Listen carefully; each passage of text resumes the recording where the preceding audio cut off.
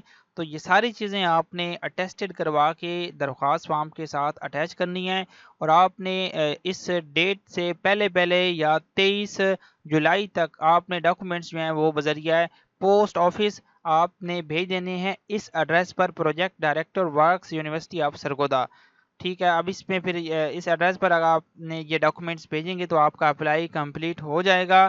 تو اس طرح آپ نے اس میں درخواست دینی ہے۔ اگر آپ کو پوری ویڈیو دیکھنے کے باوجود کسی بھی پوائنٹ میں ڈاؤٹ ہو یا نہ سمجھ آئی ہو تو آپ ہم سے واٹس ایپ پر کانٹیکٹ کر کے اس کی معلومات حاصل کر سکتے ہیں۔ مزید ایسی ہی جابز اپڈیٹس کے لیے آپ سب سے پہلے یہ چینل سبسکرائب کر لیں، ہمارا واٹس ایپ چینل بھی جوائن کر لیں، مزید ہمارا واٹس ایپ نمبر سیو کر کے ہمیں میسج بھی کریں تاکہ آپ کو ہمارے واٹس ایپ سٹیٹس کے ذریعے بھی جابز کی اپڈیٹس حاصل ہوتی رہیں۔ تو آج کی ویڈیو میں اتنا ہی، ملتے ہیں نیکسٹ ویڈیو میں، اللہ حافظ۔